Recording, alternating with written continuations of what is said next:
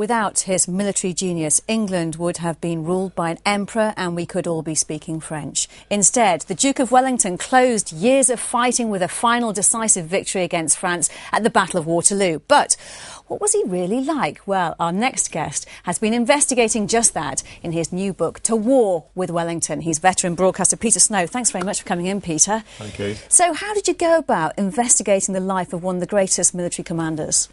Oh, I mean, deep into all sorts of documents and journals and diaries. Absolute wealth of material about Wellington and his campaigns. And it's terribly exciting. I mean, it's the first war in history to have been unbelievably widely reported by people who fought in it. Did you have a preconceived idea of him before you did the research, which might have changed? And what did you think before and what did you think after? I mean, I knew that he was a very tough character, very ruthless, very self-confident, rather aloof, and, I mean, not today's general with public relations chaps all round him. I mean, he was pretty unkind to his men, and he regarded them. He said he thought they were the scum of the earth, although they were, he said, brilliant later on. But what I discovered about him is that he was capable, oddly, of rare moments of deep emotion.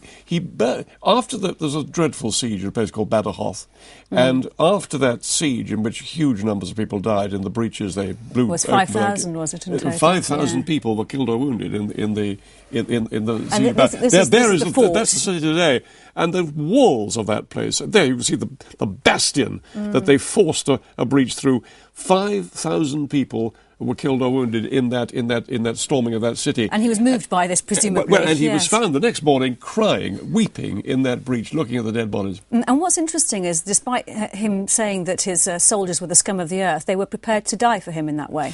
They were, of course, aware that this was a man who never lost a battle. They regarded him as right, and of course he thought he was right too. I mean, he said after Waterloo, famously, he said, "By God, I don't think it had been won if I hadn't been there." And he was right. It wouldn't have been. It wouldn't have been. Well, you can't argue, I suppose. Yes, but he was a military genius. He had an amazing eye for the terrain, a great sense of timing, and the quality that Wellington showed of brilliance was that he was always in the right place at the right time. We have a rare. You found a rare black and white picture of him, which we can show now. Where did you get that one from? Well, that's a daguerreotype, actually. That's a very early sort of photograph of the old guy, but just before he died in 1852. And it's a wonderful picture. He's a very handsome man. And he did have this, as I say, this deep sense of emotion. He looked back at the Battle of Waterloo, after knowing that 45,000 people had been killed or wounded there, and he said of the Battle of Waterloo, "Next to a battle lost, the deepest misery is a battle gained." Rather moving. It is, yeah. Strange idea. I mean, I have to say your books caused much consternation in my household because my husband's French and a big fan of Napoleon, who says, "Why on earth you say he's such a great military figure? He's not at all." Oh, dear.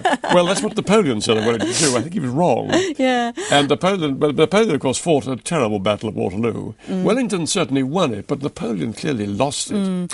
Now, is there anything that commanders... I mean, obviously warfare has changed completely since the 19th century, but do you think there's anything that commanders today could learn from his kind of strategies, what Wellington did and the way he did it? Well, I think two things, slightly political, really, obviously strike one, because the battle's so different, the technology is totally different, and the commander now is... The commander in those days was quite near the front line. The commander now has to be much further back. But I think two things. One, he was desperate to make sure his troops were properly supplied. He fought with London for money and reinforcements the whole time. Very timely thing to say that, Peter. Funny thing, I should say. But it's true. And he usually won out, but he just sometimes didn't. And he was always anxious about that. He was desperate to make sure his men were properly fed as well. And one thing he couldn't stand was people who looted from local farmers. He needed the support of the local people. Hearts and minds was essential to him. And so he would hang anybody looting chickens off a local farmer. He'd order them hanged. Really? And yet he didn't stand so firm on the Battle of Waterloo, did he? He let people carry on with the looting after the battle was won. I mean, he seemed to have double standards. That was an interesting one. Yeah. You're quite right. Some soldiers believed, and one doesn't know whether Wellington, in the back of his mind, believed, that if you had a terrible siege and you finally broke through, was it fair to expect a reward that you would go and loot the inhabitants of the town you've just taken? That was a big question mark. All right, Peter, it's fascinating talking to you, a fascinating book, and thank you so much for coming in to talk to us about it.